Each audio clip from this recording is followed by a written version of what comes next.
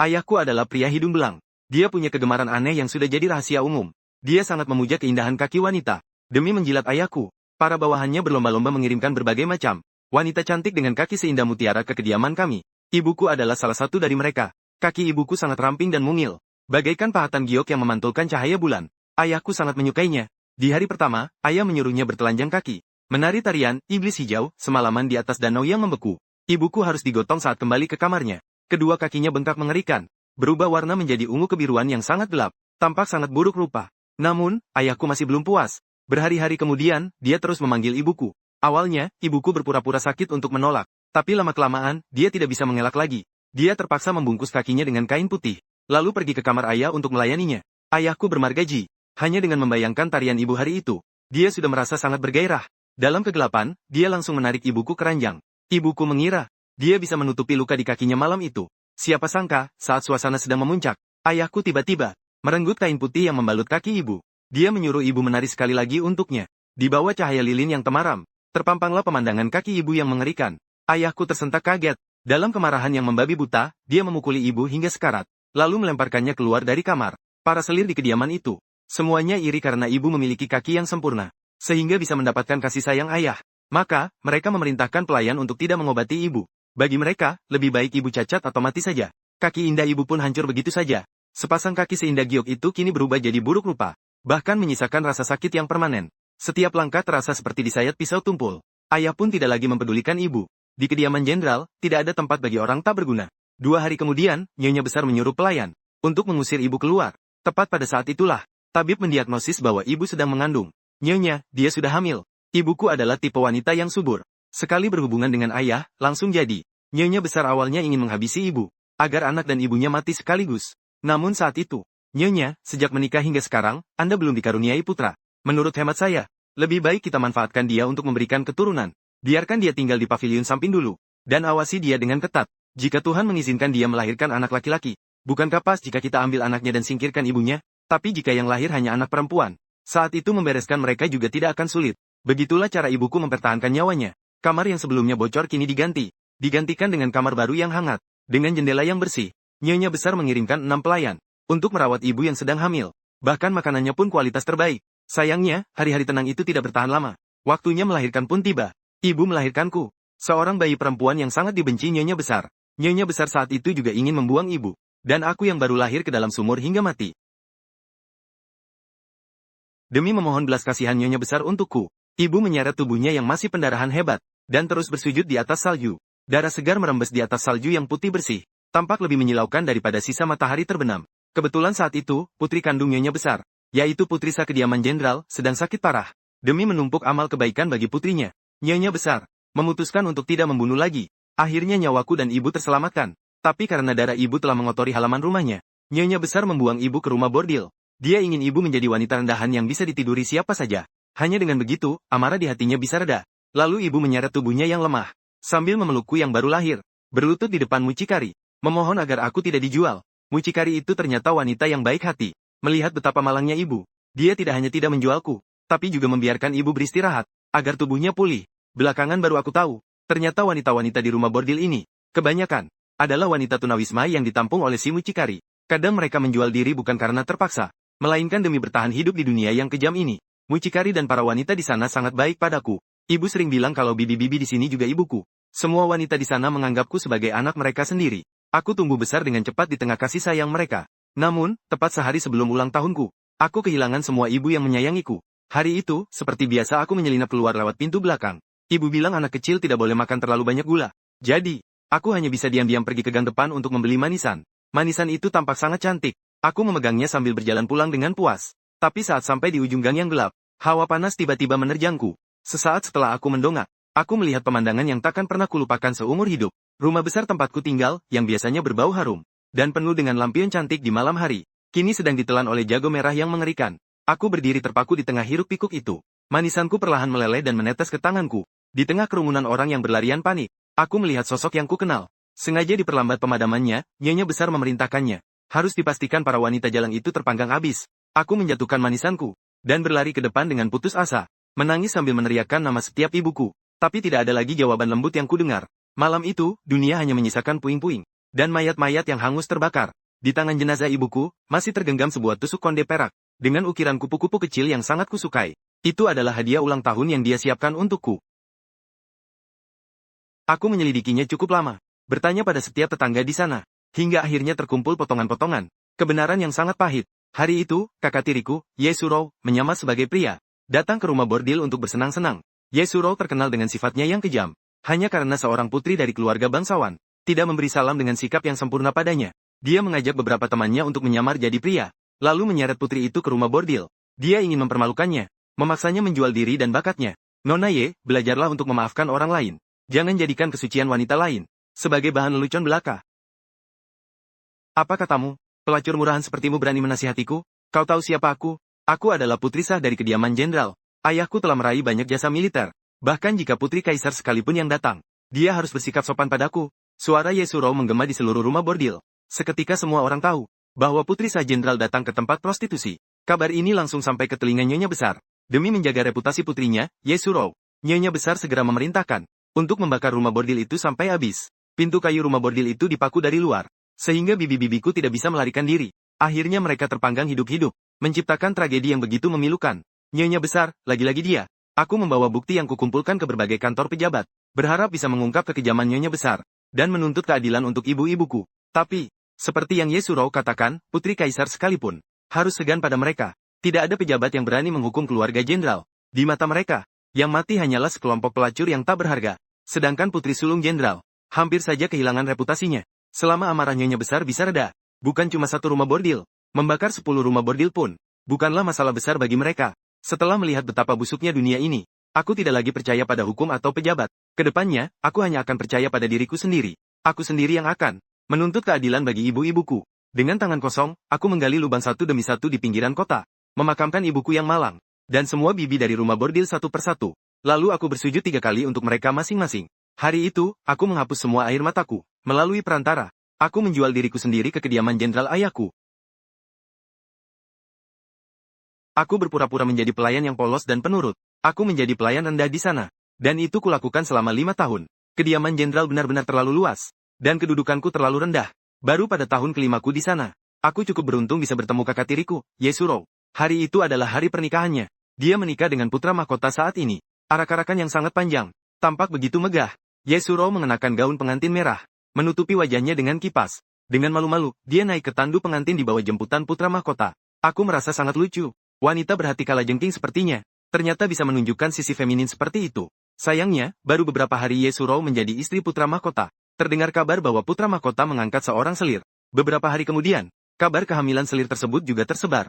Sedangkan Yesuro, jangankan hamil, putra mahkota bahkan belum pernah tidur dengannya. Nyonya Besar sangat cemas dan marah mendengar kabar itu.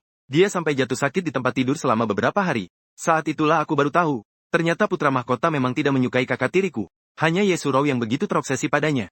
Gelar istri putra mahkota itu didapat setelah ayahnya memohon kepada kaisar sekian lama. Saat hari kunjungan kembali ke rumah, putra mahkota tidak datang bersamanya ke kediaman jenderal. Katanya saat itu, sang putra mahkota sedang menemani selirnya yang sedang hamil untuk memilih bunga di pasar burung. Yesuro yang belum pernah merasa terhina sebelumnya, menangis terseduh-seduh di pelukan Nyonya Besar. Nyonya Besar sangat sakit hati melihatnya. Hari itu, Nyonya Besar memutuskan untuk mencari beberapa pelayan cantik dari rumah untuk dikirim ke Istana Timur membantu Yesuro merebut hati putra mahkota. Aku tahu kesempatanku telah tiba. Semua uang tabunganku selama bertahun-tahun kuberikan sebagai suap kepada seorang pelayan senior di kediaman itu, hanya demi mendapatkan kesempatan untuk tampil di depan Nyonya Besar dan Yesuro. Aku mewarisi kecantikan ibuku yang luar biasa, dan lekuk tubuh yang indah. Sepasang kaki yang kurawat dengan baik bahkan lebih cantik dari milik ibuku dulu. 10 jari kakiku tampak bulat dan halus, dengan kuku berwarna merah muda alami, seperti kelopak bunga begonia di awal musim semi. Langkahku seanggun bunga teratai, yang mekar dan menguncup di malam sunyi. Saat aku dan sekelompok pelayan muncul di aula mengenakan pakaian tari, untuk dipilih oleh Nyonya Besar, aku melihat tatapan ayahku tertuju padaku, matanya sampai tak berkedip. Tapi bagaimanapun, ayahku lebih mencintai putri kesayangannya, Yesuro. Dia tidak menuruti nafsunya untuk menyimpanku di sisinya secara diam-diam.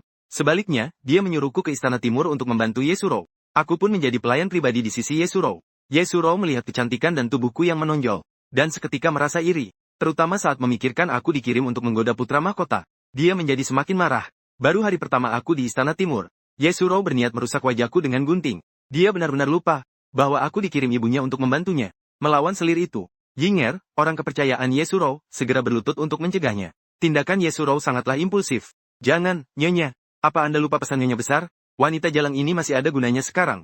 Setelah selir hamil itu dibereskan, belum terlambat untuk menanganinya. Para penguasa ini begitu saja menentukan nasibku di depanku, tanpa ada sedikit pun rasa sungkan. Sama persis seperti saat pelayan senior mencegah Nyonya besar membunuh ibuku yang sedang hamil dulu. Kata-katanya sungguh serupa. Aku berlutut di tanah dan bersujud pada Yeshurou. Nyonya, hamba datang bukan untuk merebut perhatian dari Anda, tapi untuk membantu Anda mendapatkannya. Yeshurou menatapku dengan curiga. Apa kau sebaik itu? Aku tidak menjawab. Sebaliknya, aku tiba-tiba berdiri, merebut gunting dari tangan Yeshurou, lalu mengarahkan gunting itu ke wajahku yang mulus, dan tanpa ragu menyayatnya. Yeshurou dan Yinger tampak sangat terkejut. Aku kembali berlutut di depan Yeshurou dengan serius. Hamba bersumpah, hamba tidak punya niat mendua terhadap Nyonya. Aku tahu jika ingin musuh percaya sepenuhnya, harus ada harga yang harus dibayar. Setelah beberapa detik, Yeshurou mengulurkan jari dan mencengkeram daguku. Dia tertawa dengan puas. Menarik. Kalau begitu, nyawa jalang sepertimu akan kuampuni. Setelah kehilangan kecantikanku, di mata Yeshurou aku bukan lagi sebuah ancaman. Aku menunduk dengan patuh. Tidak ada yang melihat tatapan kebencian yang mendalam di mataku. Hari itu juga, Yeshurou memberitahuku banyak hal tentang kesukaan putra mahkota. Aku tahu dia sedang mengujiku, melihat bagaimana aku akan membantunya, dan apakah aku punya nilai untuk tetap berada di sisinya. Aku tetap bersikap rendah hati. Aku berdiri dalam diam, dan di depan Yeshurou, aku menarikan tarian Iblis Hijau yang dulu sangat dikuasai ibuku. Melihat tarian yang memukau itu, kilatan rasa iri muncul kembali di mata Yeshurou. Namun rasa iri itu seketika sirna saat melihat bekas luka di wajahku. Selesai menari, aku kembali berlutut di depannya. Hamba bisa menggunakan tarian ini untuk membantu Nyonya menarik perhatian yang mulia. Yeshurou sejak kecil terlalu dimanja oleh Nyonya besar. Dia tidak menguasai alat musik ataupun seni lukis. Dalam urusan merebut hati, dia bisa dibilang tidak punya bakat. Jika dibantu dengan tarian dariku, pasti dia bisa mendapatkan cinta putra mahkota. Wajah Yeshurou menunjukkan kegembiraan. Malam itu juga dia menyuruhku keluar untuk memikat putra mahkota agar datang ke ranjangnya. Maka, saat putra mahkota Shen Yi sedang berjalan-jalan di taman sendirian, aku muncul di ujung jalan setapak taman tersebut. Saat itu wajahku tertutup cadar tipis. Jari kakiku yang lenting melangkah di atas jalan batu, menari berulang kali di bawah sinar rembulan. Gaun yang bergerak menciptakan gelombang, seperti bunga teratai hitam yang mekar berlapis-lapis. Sangat indah dan mempesona. Aku melihat Shen Yi di kejauhan, berhenti dan menatapku sangat lama. Tapi daya pikatku lebih dari sekadar itu. Saat tarianku mencapai puncaknya, seiring dengan putaran tubuh dan lengkungan pinggangku, kuncup bunga di taman satu persatu mekar secara bersamaan. Dalam sekejap, bayangan bunga menjalar di sekitar gaunku, memelukku di tengah lautan bunga. Shen Yi tampak terpana. Dia berjalan ke arahku tanpa sadar. Melihatnya datang, aku berpura-pura terkejut. Kakiku terpeleset dan aku hampir jatuh ke tanah. Shen Yi tepat waktu mengulurkan tangan menangkapku, membantuku menyeimbangkan tubuh. Saat aku hendak berterima kasih, tiba-tiba hembusan angin malam berhembus kencang, melonggarkan tusuk konde yang menahan cadarku. Cadar tipis itu jatuh tertiup angin ke tanah. Aku melihat, sorot mata Shen Yi menunjukkan keterkejutan luar biasa. Di pipi kiriku yang terekspos, tampak ada lukisan setangkai bunga yang sangat menawan. Bunga itu digambar dengan pewarna merah dan serbuk emas. Itu adalah riasan yang kusiapkan dengan matang. Sangat indah, dan secara sempurna menutupi bekas lukaku. Shen Yi terkesiap. Aku segera berpura-pura ketakutan, cepat-cepat memalingkan wajah, dan mendorong lengannya dengan ragu. Dorongan yang lembut, tapi cukup untuk menciptakan batasan. Sebelum Shen Yi bereaksi, aku langsung berbalik, mengangkat gaun tariku yang berat, dan berlari menuju kegelapan taman. Shen Yi mencoba menahanku, tapi sosokku sudah menghilang di telan malam, hanya menyisakan dahan-dahan bunga yang bergetar. Setelah tersenggol gaunku, aku kabur. Aku tidak membawa Shen Yi ke kamar Yeshurou. Gairah Shen Yi yang tersulut oleh tarianku, justru membawanya ke kamar selir semalaman. Kau. Begitukah caramu bekerja? Aku berlutut di samping gaun mewah Yeshurou, menjelaskan dengan sikap yang sempurna. Mohon redakan amarah Anda, Nyonya. Hamba melakukan ini ada alasannya. Lalu aku menceritakan kejadian. Aku berpura-pura terpeleset tadi malam padanya. Nyonya, daripada hamba yang menggoda putra mahkota, lebih baik buat yang mulia mengira bahwa penari semalam adalah Anda sendiri. Mendengar itu, kemarahan Yeshurou berubah jadi kegembiraan. Jarinya menyentuh sulaman di lengan bajunya. Kau anjing yang cukup setia. Demi berpura-pura menjadi penari semalam, Yeshurou harus berakting seolah kakinya terkilir. Tapi demi membuat sandiwara ini lebih nyata, dia harus membuat kakinya benar-benar terkilir. Yeshurou benar-benar mencintai Shen Yi hingga gila.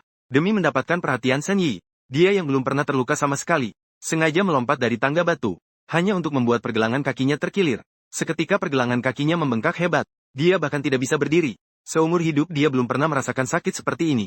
Tubuhnya sangat manja. Air matanya langsung tumpah karena menahan sakit. Aku melihat ekspresi kesakitannya dengan saksama. Sakit begini tidak ada apa-apanya. Selama aku di sisinya, aku akan melakukan segala cara untuk menyiksanya. Terus-menerus.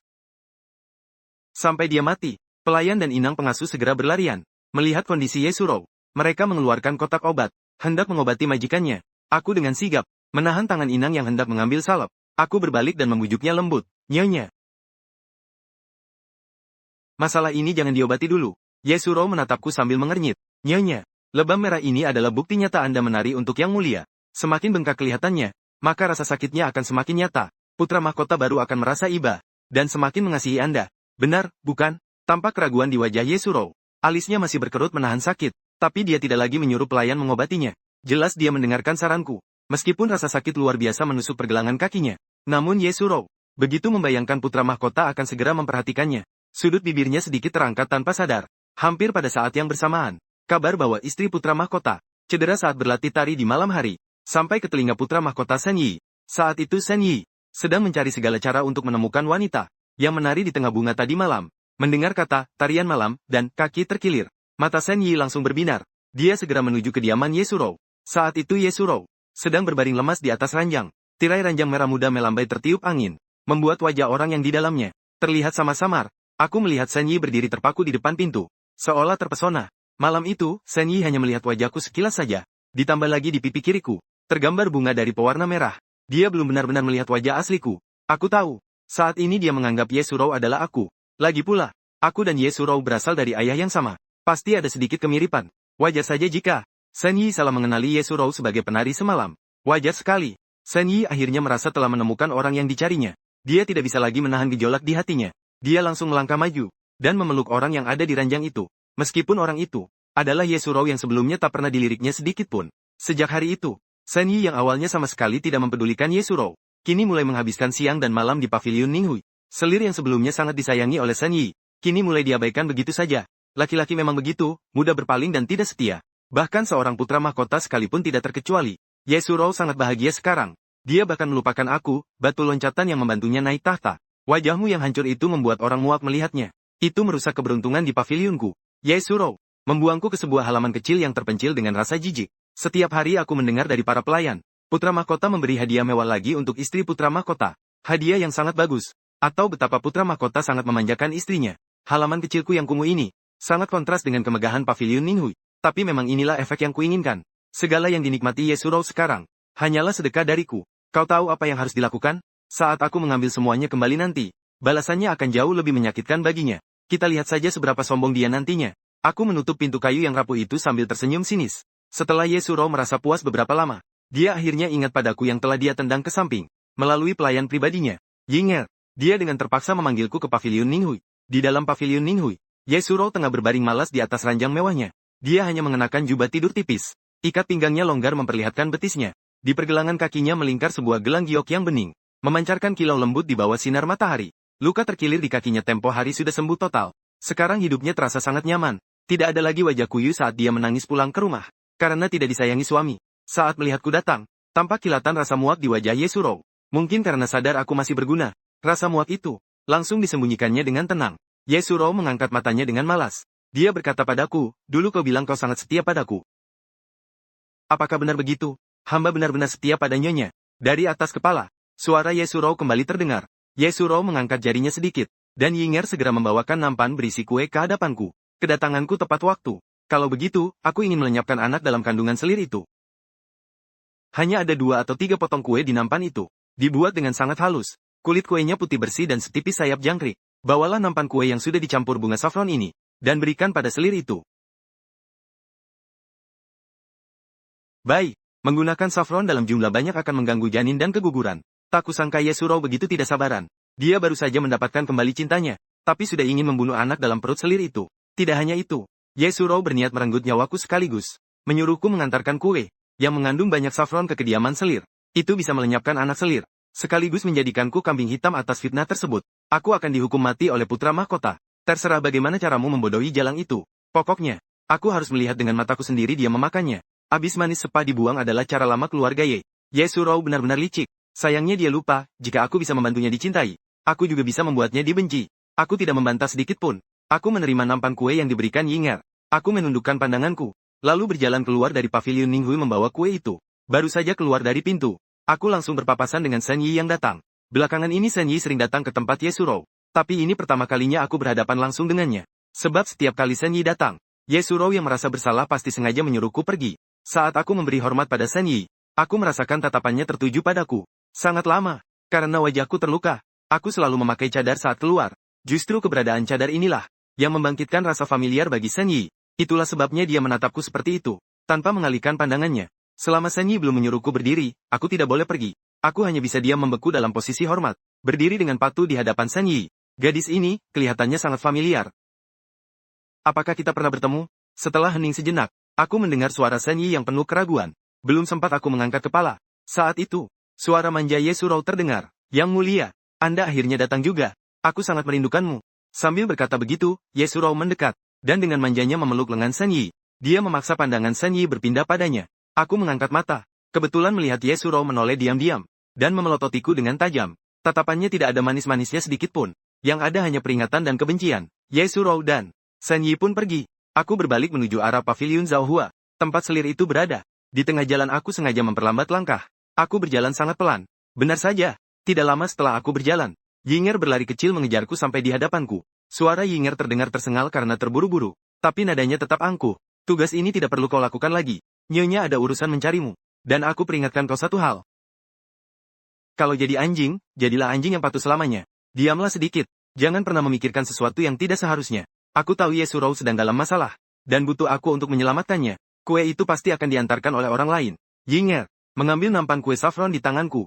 Lalu membawaku kembali ke pavilion Ninghui. Belum sempat aku mengatur napas. Aku langsung dikerumuni oleh beberapa pelayan tua yang gesit. Mereka memakaikan baju tari mewah padaku, dan membawaku ke hadapan Shen Yi. Dugaanku benar. Setelah Shen Yi melihat kaki Yeshurou sembuh, hal pertama yang dimintanya adalah melihatnya menari. Yeshurou tidak bisa tanpa aku. Sesuai perintahnya, aku memakai cadar dan menyamar sebagai dirinya. Menari dengan anggun di hadapan putra mahkota. Yeshurou bersembunyi di balik tirai, menatap setiap gerak-gerikku dengan penuh dendam. Dia iri karena aku bisa memikat mata putra mahkota. Tapi dia juga takut aku akan tiba-tiba membongkar samarannya, yang akan membuat kasih sayang Shen Yi padanya sirna. Sayangnya, kali ini aku tidak akan membiarkannya merasa tenang. Setelah aku menyelesaikan tarian terakhir, Yinger segera melangkah maju menghalangiku. Dia berkata hormat pada Shen Yi, yang mulia. Tubuhnya sangat lemah. Baju tari ini sangat tipis. Sedangkan hawa musim semi masih dingin. Hamba khawatir nyonya akan masuk angin. Mohon izinkan hamba segera membawa nyonya kembali untuk berganti pakaian, agar tidak jatuh sakit. Yinger menutupi sosokku dengan sangat rapat. Terlihat sekali, Yeshurou benar-benar takut aku menggoda sang putra mahkota. Aku tahu jika kali ini aku pergi begitu saja, Yeshurou pasti akan segera menghabisi nyawaku. Maka aku tidak akan pergi sesederhana itu. Saat Yinger berbalik, aku berpura-pura luka di pergelangan kakiku kambuh. Aku berlaga akan terjatuh. Tapi tepat sebelum aku menyentuh lantai, sebuah tangan dengan kokoh menopang pinggangku. Melalui baju tari yang tipis, suhu telapak tangan itu terasa panas dan nyata. Shen Yi lah yang merangkul pinggangku. Napasnya terasa menyentuh tengkukku yang terbuka. Dunia seakan berhenti sesaat. Yinger menoleh melihat pemandangan itu. Wajahnya menunjukkan ekspresi syok. Dia membuka mulut hendak memakiku, Jalang. Tapi karena ada Shen Yi sang putra mahkota, dia hanya bisa menelan semua makiannya dalam hati. Jalang, apa yang kau lakukan? Tiba-tiba terdengar suara melengking dari balik tirai sutra. Detik berikutnya tirai itu dirobohkan. Dan Yeshurou keluar dengan penuh amarah. Tanpa bicara dia langsung menamparku. Yinger terbiasa jadi pelayan jadi dia tahu cara menahan diri. Sedangkan Yeshurou yang merupakan putri bangsawan emas, tidak tahu caranya bersabar. Padahal aku tidak berniat membongkar samarannya. Tapi dia langsung kehilangan akal sehat. Hanya karena satu gerakan dari Shen Yi. Dia keluar sendiri dari persembunyiannya. Jalang, kau hanyalah seekor anjing. Beraninya kau berulah di hadapanku. Kau pikir aku tidak tahu akal bulusmu? Yeshurou mengulurkan tangan, menyeret tubuhku kasar dari dekapan Shen Yi, lalu kembali mendaratkan tamparan di wajahku. Sifatnya memang meledak-ledak dan mudah emosi. Sangat gampang kehilangan kendali. Apalagi melihat orang lain menyentuh miliknya yang paling berharga. Aku tidak bicara, hanya memasang sikap yang sangat rendah. Aku berlutut di hadapan Yeshurou, menerima amarahnya dalam diam. Topeng Yeshurou yang sebelumnya selembut air, di hadapan Shen Yi, kini telah robek sepenuhnya.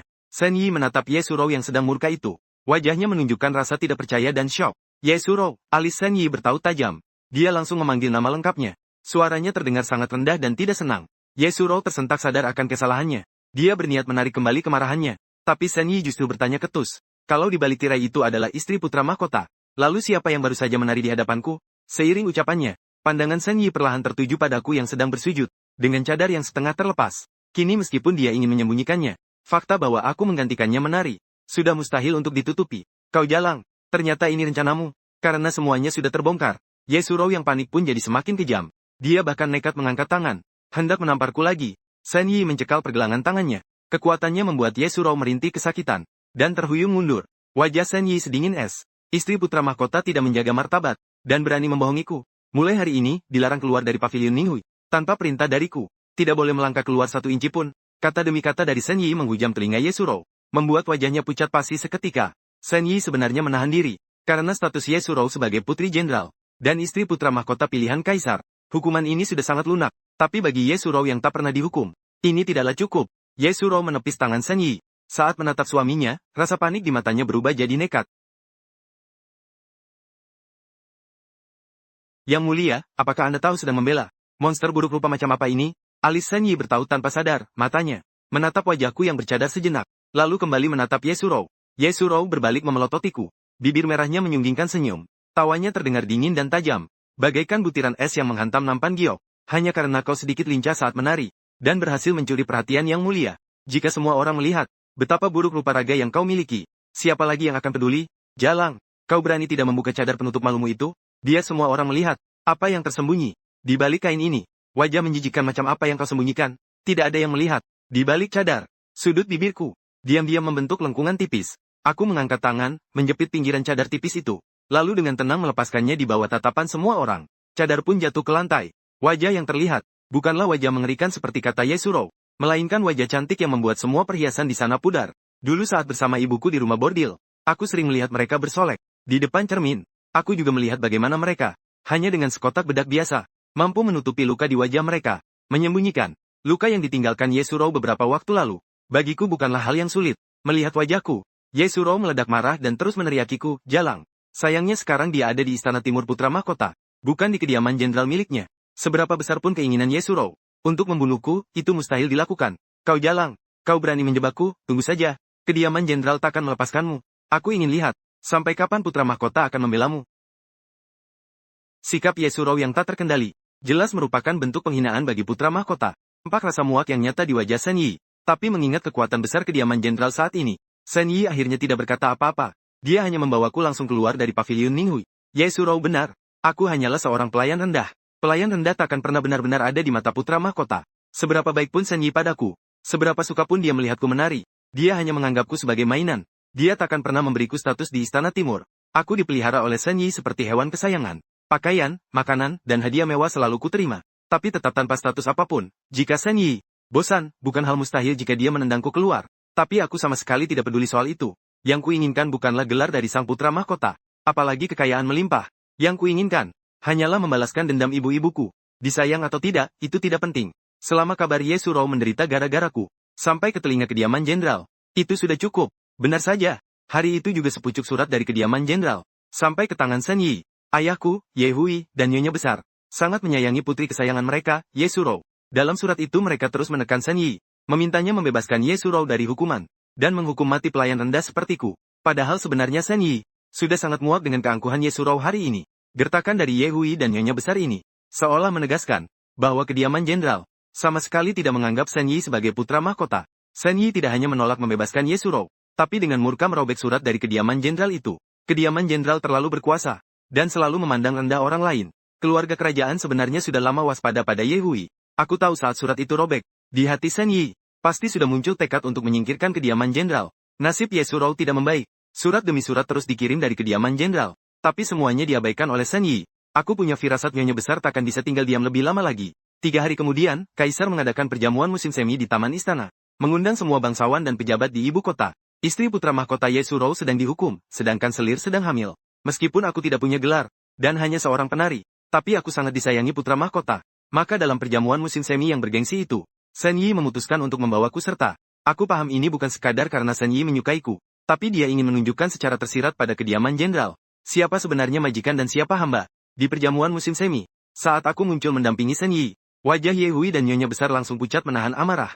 Tapi bagaimanapun juga ini di depan para bangsawan. Mereka tak bisa begitu saja menyerang dan mencekik pelayan rendah sepertiku yang berani melangkahi majikan. Melihat tatapan nyonya besar yang seolah ingin memakanku hidup-hidup, sudut bibirku sedikit menyunggingkan senyum. Karena dia takut pada reputasinya sendiri untuk menyerangku, maka akulah yang akan menyerangnya. Tapi belum sempat aku menyusun rencana licik. Di tengah pesta Ye Hui tiba-tiba bicara.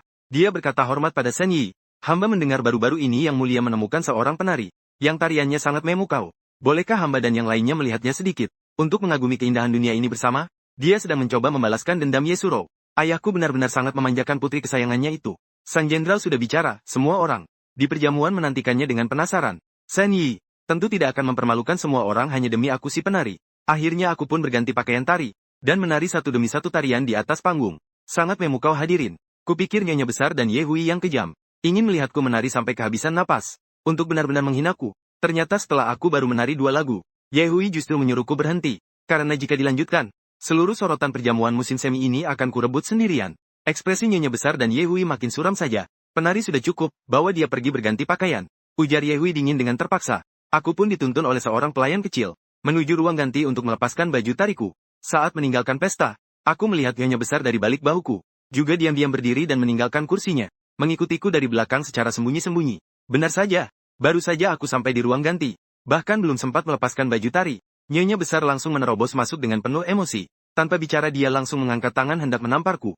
Hanya saja sekarang aku bukan lagi pelayan kediaman jenderal yang bisa ditindas begitu saja. Apalagi anak haram yang dulu bisa dibunuh sembarangan olehnya. Aku mengangkat tangan menangkap pergelangan tangannya. Tamparannya gagal mendarat di wajahku. Kau anak haram rendah yang mengkhianati majikan. Nyonya Besar tak menyangka aku akan melawan. Karena emosi dia pun memakiku habis-habisan tanpa menjaga citranya. Dia datang sendirian untuk memberiku pelajaran, tanpa membawa pelayan pengawal. Sekarang karena aku melawan, dia tak punya siapa-siapa untuk membantunya. Aku menatap tenang ke arah Nyonya Besar yang gemetar hebat karena marah. Rasanya sangat lucu. Tak kusangka Nyonya Besar kediaman jenderal, yang biasanya anggun, terhormat, dan yang ucapannya saja bisa membuat ribuan orang tewas, ternyata bisa menunjukkan wajah frustrasi saat dilawan seperti ini. Hanya makian itu sajakah yang bisa Anda ucapkan? Tenanglah, kejutan yang lebih rendah ada di belakang. Aku tersenyum simpul, sangat lebar. Aroma dupa hangat tercium di ruangan itu. Aku mengeluarkan cadar yang sudah kusiapkan, dan memakainya di wajahku, untuk menghalangi aroma perangsang yang mulai menyebar di ruangan ini. Nyonya Besar tampak bingung, hendak bertanya apa yang kulakukan. Detik berikutnya seorang pengawal muncul di ruang ganti. Dia adalah pengawal kediaman jenderal yang sudah kusogok mahal. Dia adalah wajah yang sangat familiar bagi Nyonya Besar. Jenderal Ye sangat suka bermain wanita, dan sudah lama tidak mendatangi kamar Anda. Anda merasa kesepian, dan diam-diam menjalin asmara dengan pengawal di perjamuan ini. Bagaimana menurut Anda alur cerita ini? Aku tersenyum manis, mendekati Nyonya Besar, dengan sikap seorang pemenang. Kau, beraninya kau bertindak lancang. Apa kau sudah bosan hidup? Obat perangsang sudah meresap ke tubuhnya melalui udara. Nyonya Besar tidak menyadari bahwa wajahnya mulai memerah karena panas. Ujung jarinya mulai gemetar tanpa sadar. Bahkan makiannya pun mulai terdengar agak mendesah. Aku mengabaikan perlawanannya. Sambil tersenyum aku menutup pintu ruang ganti, membiarkan dia terkurung bersama pengawal itu. Obatnya sangat kuat. Nyonya Besar pun segera kehilangan akal sehatnya. Suara rintihan mereka mulai terdengar dari dalam. Karena Nyonya Besar sangat menjaga reputasi, dan sangat merendahkan ibuku, serta semua ibu di rumah bordil, dan menghancurkan mereka hanya dengan satu kalimat. Maka akulah yang akan menghancurkan kehormatannya. Akan kubuat dia malu di hadapan semua bangsawan ibu kota. Aku mengatur waktu dengan tepat. Sambil mengangkat rok baju tariku, aku berlari panik kembali ke perjamuan musim semi. Tidak baik, ada kabar buruk. Aku berakting seolah sangat ada kabar buruk, dan jatuh bersimpu di aula utama. Gelisah sekali, sungguh tak berpendidikan. Benar-benar tipikal rendahan dari rumah bordil. Belum sempat Ye Hui selesai menyeringai, aku sudah melangkah terlatih-tatih ke hadapan kaisar dan putra mahkota untuk memberikan laporan lebih lanjut. Saat hamba sedang berganti pakaian tadi, hamba tidak sengaja melihat Nyonya Jenderal. Dia sedang bermesraan dengan seorang pria di ruang ganti. Begitu kata-kata itu terucap, seluruh hadirin gempar, suara musik pun berhenti seketika. Wajah Ye Hui menegang. Dia menggebrak meja dengan keras dan hendak menghunus pedang untuk membunuhku. Beraninya kau merusak reputasi kediaman jenderal. Namun sebelum Ye Hui sampai di hadapanku, saat itu, seorang pelayan kecil juga berlari masuk dengan terengah-engah, melaporkan, gawat sekali. Di ruang ganti sana, pelayan kecil itu gemetar hebat hingga tak bisa berkata-kata lagi. Dia tidak berani melanjutkan kalimatnya. Para bangsawan mulai saling berbisik, membicarakan tentang aib yang menimpa kediaman jenderal. Ye Hui sangat murka. Pikirannya hanya dipenuhi oleh pengkhianatan Nyonya Besar. Dia tidak punya waktu lagi untuk mengurusku, dan langsung berbalik menuju ruang ganti. Shen Yi memang sedang kesal dengan keluarga jenderal beberapa hari ini. Melihat ada tontonan menarik dari kediaman jenderal, dia tidak mencoba menghentikannya, malah memprovokasi semua orang untuk pergi melihat. Bahkan kaisar yang sudah tua pun terhasut untuk ikut. Rombongan besar itu bergegas menuju ruang ganti, ingin melihat lelucon terbesar di musim semi ini. Saat itu, ruang ganti sudah dikelilingi oleh para pelayan. Suara dari dalam benar-benar terlalu keras, dan orang-orang belum tahu kalau yang di dalam adalah Nyonya Jenderal. Beberapa orang bahkan berjongkok di depan pintu untuk mengintip. Ketika pintu ruang ganti didobrak, Nyonya Besar masih bermanja-manja. Di pelukan pengawal itu, kehilangan akal sehatnya. Dia memanggil pria itu dengan sebutan sayang. Kejadian ini benar-benar membuat kediaman jenderal menjadi bahan tertawaan, paling memalukan sepanjang sejarah perjamuan musim semi. Ye Hui sebenarnya ingin langsung membunuh nyonya besar dan pria itu di tempat. Tapi, karena ini perjamuan kaisar, tidak boleh ada tumpah darah.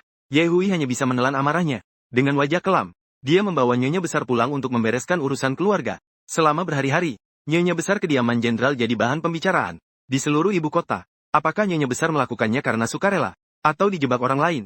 Tidak ada yang peduli akan kebenarannya. Orang-orang hanya ingin mendengar gosip, bukan keadilan atau fakta. Pada hari perjamuan itu juga, nyonya besar diusir dari kediaman jenderal. Seluruh tubuhnya memar-memar akibat dihajar Ye Hui. Tapi dibandingkan dengan penderitaan ibuku dulu, ini belum seberapa. Nyonya besar, saat dia sedang terkapar tak berdaya di tanah, keretaku sudah tiba. Tepat di sampingnya, aku menyibak tirai kereta, menatap nyonya besar yang berlumuran lumpur, dan terduduk lemas di tanah. Aku mendeci pelan. Dibandingkan rasa sakit ibu-ibuku, ini masih jauh dari cukup. Kusir kereta melompat turun. Sesuai perintahku, dia mengikat nyonya besar di belakang kereta. Melihat kusir mengangkat cambuk, bahwa dia akan diseret hidup-hidup, nyonya besar memasang wajah panik. Dia berteriak minta tolong sekuat tenaga. Tapi sekarang dia hanyalah seorang wanita pezina, yang dibuang oleh kediaman jenderal. Tidak akan ada yang mempedulikannya. Jalan pelan saja, jangan sampai dia mati tercekik. Nyawanya masih ada gunanya. Aku duduk di dalam kereta, menikmati jeritan kesakitan nyonya besar, sambil memberi instruksi pada kusir. Kereta terus melaju, membawa aku dan nyonya besar di belakang, menuju sebuah bukit kecil dengan belasan gundukan makam. Aku turun dari kereta, dan berjalan perlahan ke hadapan nyonya besar. Pakaian nyonya besar sudah basah oleh darah, tapi dia masih bernapas. Itu sudah cukup baginya, untuk menyaksikan apa yang ingin aku perlihatkan. Melihat kehadiranku, mata nyonya besar melotot lebar, tatapannya masih penuh kebencian seperti biasa, tapi ada nada kebingungan di suaranya. Kau jalang, kau sudah menghancurkan segalanya. Apa sebenarnya maumu? Aku sedikit menggeser posisi berdiriku, memperlihatkan gundukan makam tempat ibu-ibuku dimakamkan di bukit itu. Aku menatap rendah nyonya besar. Tahukah Anda kenapa aku begitu membenci Anda? Tentu saja dia tidak tahu. Dia pikir, aku hanyalah pelayan miskin yang ingin naik kasta, dan mengejar kekayaan semata. Aku menepuk pelan wajah nyonya besar. Nyonya besar, kenapa Anda bisa melupakan ibuku begitu saja? Apakah nyawa 18 gadis di pavilion Lian Xiang begitu tidak berharga di mata Anda?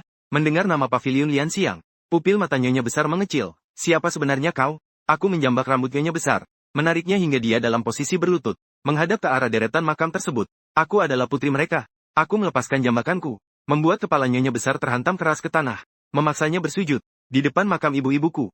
Dulu Anda menghina ibuku, mengusirnya dari kediaman jenderal setelah melahirkan, dan demi reputasi Ye Surou, Anda membakar hidup-hidup ibu-ibuku di Lian Xiang. Inilah balasan untukmu. Aku mencengkeram dagu nyonya besar, memaksanya menatap mataku. Mendengar itu, wajah nyonya besar mulai diliputi ketakutan. Ternyata kau putri jalang itu. Kenapa kau belum mati? Seharusnya dulu aku membunuhmu bersama ibumu itu. Dia akhirnya mengerti bahwa aku bukan sekadar pelayan yang ingin berkuasa. Ada dendam sedalam lautan di antara kami. Aku adalah iblis yang merangkak keluar dari neraka untuk menagih nyawanya. Di depan makam ibuku, tunjukkan rasa hormatmu. Mereka semua sedang mengawasimu dari atas. Cengkeramanku kulepaskan, dan kepala nyonya besar kembali terhantam ke tanah. Penderitaanmu baru saja dimulai. Keluarga Ye tidak akan kubiarkan lolos, satupun, termasuk putrimu, Ye Surou.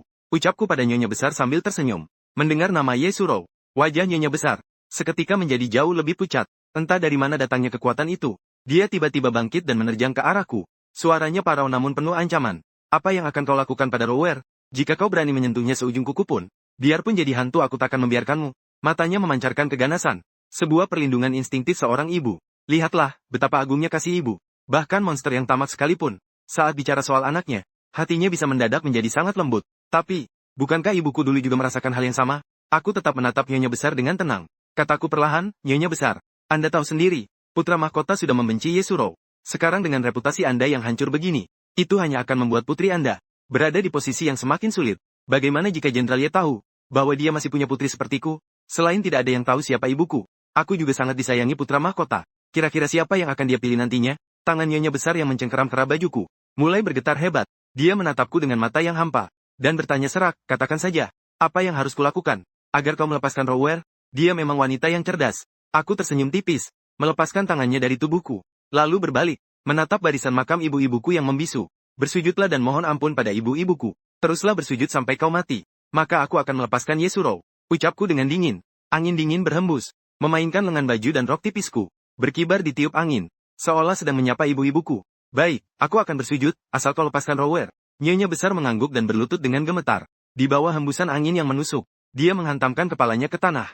Berulang kali demi berulang kali, dia akan terus melakukan itu, sampai tenaganya habis dan mati. Aku naik ke kereta untuk kembali. Di bukit yang gersang itu, hanya tersisa nyonya besar yang bersujud, dengan suara permintaan maaf kepada setiap ibuku. Demi menghargai sosok seorang ibu, aku akan menepati janjiku, untuk tidak membunuh Ye Surou secara langsung. Tapi untuk Ye Hui, takkan kubiarkan dia lolos. Makhluk macam dia tidak pantas jadi ayahku.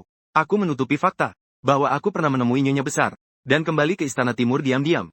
Seolah-olah aku tidak pernah keluar. Sesampainya di kamar, sebelum sempat minum teh, seorang pelayan datang ke halamanku. Ternyata selir memintaku datang ke kediamannya. Aku segera meletakkan cangkir teh. Dengan sudut bibir yang sedikit terangkat, bantuan untuk menjatuhkan Ye Hui akhirnya datang juga. Sesampainya di pavilion King Yun, selir putra mahkota, Suwansi, sudah duduk menungguku. Dia sudah menungguku beberapa saat. Perut Suwansi mulai tampak membuncit. Bayi dalam kandungannya tertidur dengan tenang. Rencana Ye Surou untuk mencelakai bayi itu telah gagal. Aku membungkuk memberi hormat pada Suwansi. Dia segera memerintahkan pelayan untuk membantuku duduk. Kau sudah membantuku. Bagaimana cara aku berterima kasih padamu? Suwansi bertanya dengan suara lembut. Memang sebelumnya Ye Surou mencegahku mengantarkan kue berisi saffron itu. Tapi biarpun aku tidak mengantarkannya, pasti akan ada orang lain yang melakukannya. Maka aku mengirim orang secara rahasia untuk memberitahu Suwansi soal niat buruk Ye Surou, memintanya waspada terhadap istri putra mahkota. Kini Suwansi ingin membalas budi atas peringatanku itu. Namun, budi sekecil itu belum cukup untuk memintanya melakukan hal yang lebih besar. Jadi ketika aku bilang aku ingin menjatuhkan kediaman jenderal dan menginginkan nyawa Ye Hui, Suwansi tersentak kaget dan langsung berdiri. Apa yang kau katakan? Kau ingin melawan kediaman jenderal? Suwansi, sama seperti nyonya besar, mengira aku hanya mengejar kekayaan. Padahal aku hanyalah yatim piatu yang kehilangan segalanya. Apa gunanya kekayaan bagiku? Melihat tatapan mataku yang mantap, Suwansi menggelengkan kepala. Wajahnya diliputi kepanikan. Dia menyuruh semua pelayan di ruangan itu keluar. Kau tidak akan sanggup melawan mereka. Suwansi menggenggam tanganku. Lanjutnya dengan serius, biarpun kau sudah menyelamatkan anakku, aku sangat berterima kasih. Tapi maaf, untuk urusan ini, aku tidak bisa membantumu. Aku tidak punya alasan untuk melawan seorang pejabat tinggi negara. Penolakannya sama sekali tidak membuatku terkejut. Siapapun di dunia ini, takkan ada yang mau melawan jenderal besar yang berkuasa, hanya demi membalas budi pada orang asing. Kecuali jika budi itu sangatlah besar. Nyonya, tidakkah Anda ingin tahu, kenapa aku begitu dendam pada keluarga jenderal? Aku menatap Suwansi. Tanpa menunggunya bertanya, aku mulai menceritakan tragedi yang sudah terkubur bertahun-tahun itu. Ingatkan Anda tragedi kebakaran di Lianxiang 5 tahun lalu? Saat 18 gadis terpanggang hidup-hidup di sana, aku adalah satu-satunya anak yang mereka tinggalkan. Mendengar itu, wajah Suwansi seketika berubah. Wajahnya memucat, matanya tampak linglung. Ternyata, orang yang dulu diseret ke rumah bordil oleh Ye Surou adalah Suwansi sendiri. Karena dia adalah teman masa kecil putra mahkota, dan mereka saling mencintai sejak dulu. Ye Surou yang cemburu karena mencintai putra mahkota, terus merundung dan menghina Suwansi. Andai saja ibu-ibuku tidak menolongnya waktu itu, mereka takkan membuat Ye Surou marah, dan tidak akan dibunuh oleh nyonya besar. Kini aku tidak hanya meminta pertanggungjawaban moral padanya atas kematian ibu-ibuku. Suwansi memang memikul tanggung jawab yang besar. Ini bukan masalah sepele, tapi soal nyawa 18 orang manusia. Jadi begitu rupanya. Pantas saja, kau begitu membenci kediaman jenderal. Air mata mengalir membasahi pipi Suwansi. Dia bergumam pelan dengan suara bergetar. Sesaat kemudian dia berlutut di hadapanku. Lanjutnya dengan terisak. Wanita-wanita di Lianxiang adalah orang yang sangat baik. Mereka melindungi kesucianku. Tapi aku justru mencelakai mereka, dan melarikan diri dari kenyataan selama ini. Demi membalaskan dendam mereka, aku bersedia memberikan segalanya. Aku tahu, biarpun aku membayar dengan nyawa, itu takkan cukup untuk menebus budi mereka. Tapi aku pasti akan berjuang sekuat tenaga. Suwansi bersujud dalam-dalam padaku. Sujud yang tulus dari lubuk hatinya. Melihat itu, aku merasa lega. Taruhanku benar, aku memilih orang yang tepat. Suwansi adalah orang yang baik hati, tidak sombong dan kejam seperti Ye Surou. Terlebih lagi dia punya kekuatan dari keluarga ayahnya, Menteri Su. Itulah alasanku memberitahu segalanya padanya. Keluarga Menteri Su dan Jenderal Ye Hui memang sudah lama berseteru.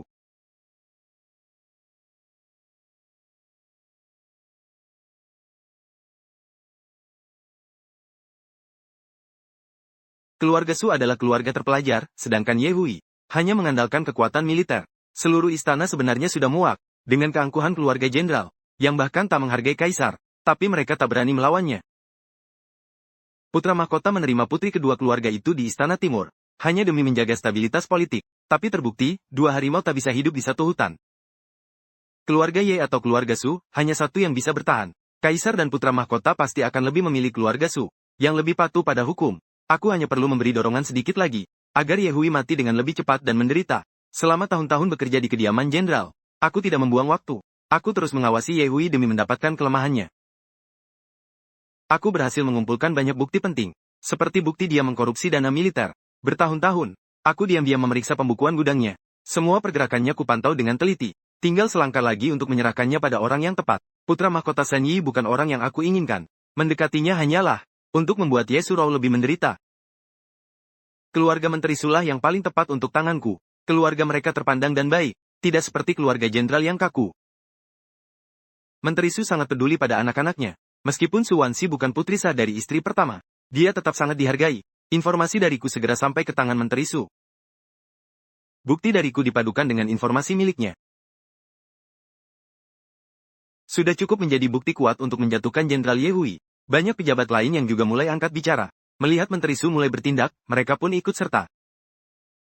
Kaisar juga menginginkan kejatuhan jenderal itu. Dalam hitungan hari, Ye Hui kalah telak. Jabatannya dicopot. Dan dia dijebloskan ke sel tahanan terpidana mati. Saat Ye Hui jatuh, akulah orang yang paling puas. Hari itu aku ditemani Su Wansi. Pergi mengunjungi Ye Hui di penjara mautnya. Ini pertama kalinya. Aku muncul di hadapannya dengan kepala tegak. Dia tampak menyedihkan, duduk di sudut sel yang kotor. Melihatku datang, dia tampak heran. Banyak orang sudah menjenguknya hanya untuk menghinanya. Tapi semuanya adalah orang-orang terpandang. Sedangkan aku yang hanya seorang penari. Dia tidak habis pikir kenapa aku ada di sini. Melihat Su Wansi di sampingku, Ye Hui mendeci pelan. Akhirnya mengerti apa yang terjadi. Demi menjatuhkan Rower dari posisinya, ternyata kau dan ayahmu yang licik itu sungguh niat sekali. Ye Hui berkata ketus pada Su Wansi. Su Wansi hanya diam 1000 bahasa, membiarkanku yang menghadapi Ye Hui sendirian. Jenderal Ye, apakah Anda pikir semua orang di dunia ini selicik dan sekejam Anda? Aku menatap tajam pria di hadapanku ini. Saat Anda membiarkan Nyonya Besar mengusir ibuku dan aku yang baru lahir dari rumah, pernahkah Anda terpikir hari ini akan tiba? Mendengar itu, wajah Ye Hui menegang seketika. Kau adalah putriku. Melihat keberadaan Su Wansi di sisiku, dia langsung mencoba memanfaatkan keadaan. Sifat aslinya berubah drastis, dia mulai membujukku. Anakku yang baik, tolong keluarkan ayah dari sini. Begitu ayah bebas nanti, ayah pasti akan bangkit kembali. Kau akan menjadi putri sah keluarga Ye, dan nama ibumu akan dimasukkan ke dalam silsilah keluarga. Tapi aku hanya menjawab dingin, kau tak pantas jadi ayahku. Setelah itu aku memberi perintah, dan para pengawalku segera maju, untuk membungkus kepala Ye Hui dengan karung, dan memukulnya hingga pingsan. Aku memang akan membawanya keluar, tapi bukan untuk menyelamatkannya. Sama seperti perlakuanku pada Nyonya Besar, aku mengikat Ye Hui di belakang kereta, dan menyeret Ye Hui banyak yang patah akibat diseret dengan kencang. Ye Hui adalah seorang prajurit militer, kulitnya lebih keras daripada kulit Nyonya Besar, maka kali ini aku menyuruh kusir memacu keretanya lebih kencang. Darah berceceran di sepanjang jalan menuju bukit. Bukit itu masih terasa sunyi dan dingin, dan sangat menyayat hati. Tapi sekarang, sudah ada satu sosok mayat wanita yang mulai mengering di sana. Mayat itu mati dalam posisi berlutut, dan bersujud. Itu adalah Nyonya Besar. Ye Hui tiba di sana dalam kondisi sekarat. Meski begitu, aku tetap memaksanya untuk berlutut di hadapan makam ibuku. Para perajin patung batu sudah menunggu instruksiku. Aku dan Su Wansi kemudian bersujud di hadapan setiap makam ibu-ibuku sebagai bentuk penghormatan. Setelah itu, para perajin mulai mengecor Ye Hui, dan membuatnya menjadi patung batu yang sedang bersujud hidup-hidup. Mayat Nyonya Besar juga mendapatkan perlakuan yang sama. Dua patung batu yang sedang bersujud akan selamanya berada di hadapan makam ibu-ibuku, menebus dosa yang telah mereka perbuat selama di masa lalu. Ibu, jangan sedih lagi. Anakmu sudah membalaskan dendam kalian semua. Air mataku mengalir membasahi pipiku. Saat aku mencium gundukan makam ibuku untuk terakhir kalinya, dendamku sudah terbalas sepenuhnya. Aku tidak akan lagi tinggal lagi di Istana Timur, dan juga tidak akan menetap di ibu kota ini. Aku ingin mewujudkan keinginan terakhir ibu, membawanya pulang ke kampung halaman. Sewaktu dia masih hidup, sepasang kakinya yang indah dijadikan upeti untuk ayahku. Lalu kemudian dia dibuang dan dijual ke rumah bordil. Sepanjang hidupnya dia selalu dikendalikan orang lain. Bahkan tidak bisa pulang ke kampung halamannya sendiri. Maka sekarang, biarlah aku yang membawanya kembali pulang. Aku dan Su Wansi pun berpisah di tempat ini. Tusuk konde kupu-kupu kecil yang menghias rambutku. Berkilauan perak di bawah siraman cahaya matahari. Itulah hadiah ulang tahun terakhir pemberian ibuku.